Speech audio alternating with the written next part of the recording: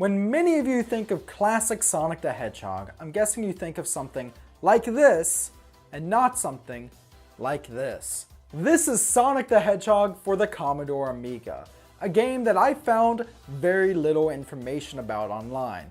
As far as I can tell, all I can confirm about this game is that it was fan-made and came out at some point during the early 90s. How did I get this? Well, when I got my Amiga back in 2017 from Germany, it came with a box also containing roughly 400 floppy disks, and this was in there. What is this? Why is this game so weird? Well, let's go over that on today's video.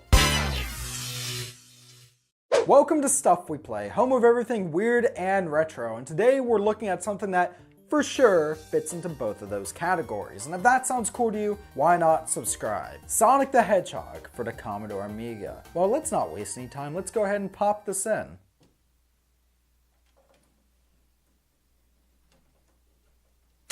Sonic for the Amiga is a very strange affair.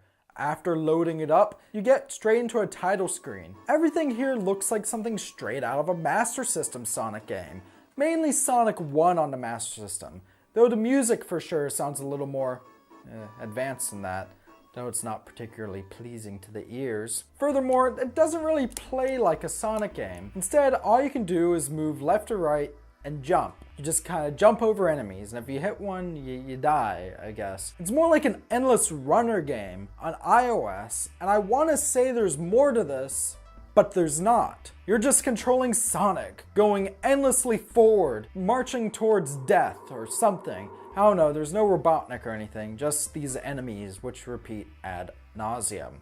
So you're probably asking, James, okay, I get it. This is a game you found almost nothing about, but there's almost nothing here. And that's true, but I did find this interesting. Besides, it's better than some of the modern Sonic games, like Sonic Boom or Lost World. What I find interesting though, this is very clearly not the only Sonic Amiga homebrew to have gone around back in the day. I found a couple of others, but never this exact one. What's odd about this is that you can clearly see this pasted on label right here. I'm guessing this was just kind of something that people learned about through word of mouth, though it's certainly interesting even if it isn't particularly fun to play. But there's more to this than just that.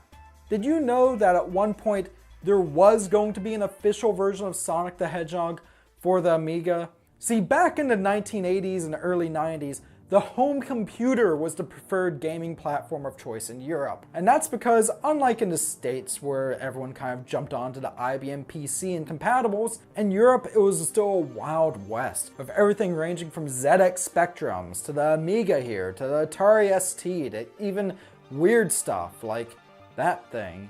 Sega wanted to capitalize on this. Like many companies at the time, they licensed out their properties to be put onto home computers in Europe. And one of the most prolific ones, based out of the UK, was the oddly named US Gold. Yeah, I don't know why a UK company would name themselves that either. They earned the rights to make PC versions of Sonic the Hedgehog. Namely, the planned versions were going to be for the Commodore Amiga, Atari ST, and even platforms such as the Amstrad CPC and ZX Spectrum. Of course, this deal ended up being cancelled by Sega, because Sonic ended up being a smash hit on the Mega Drive or Genesis. Mega Drive, we'll go with that since this is Europe we're talking about. And as such, Sega wanted to retain full rights for producing Sonic games on any system they pleased. No version of Sonic would appear on any home computer until Sega began their Sega PC line in 1996. Think about it, there could have been an entire generation of gamers who were introduced to Sonic the Hedgehog via a home computer in Europe. Then again, with the existence of weird homebrews such as this Sonic Amiga demo, maybe there was. So with that, thank you very much for coming along with me as we looked at this odd Amiga homebrew and went into an odd part of Sega's history. If there are any Commodore Amiga games you'd like for me to look at in the future, let me know down in the comment section below.